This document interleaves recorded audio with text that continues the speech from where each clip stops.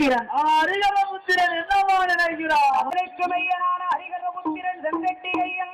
ஆமா, வேறாமல் தென்னாடு போக வேண்டும், தேசம் சுற்றி பார்க்க வேண்டும், பார்க்க வேண்டும் என்றோம். இந்த உலகில பேரும் புகழும் பெற்று வரக்கூடிய இந்த முடிவைத்தானந்தல் நகரத்தேக்கடிலே கண்டு அப்படி இதுதான் நமக்கு தகுந்த இடம், இதுதான் நமக்கு தகுந்த இடம். அந்த சொக்கர் மீனாட்சி ஆண்ட நாடு சொக்கரிங்க உலமா நகரிலே வந்து நகரத்திலே வந்து அங்கே ஒரு நிலையம் பெற்று செல்வந்தர்கள் வாழுகின்ற நாடு. நாடு நாடு அதுதான் செக்கார குடிமான நகரம்.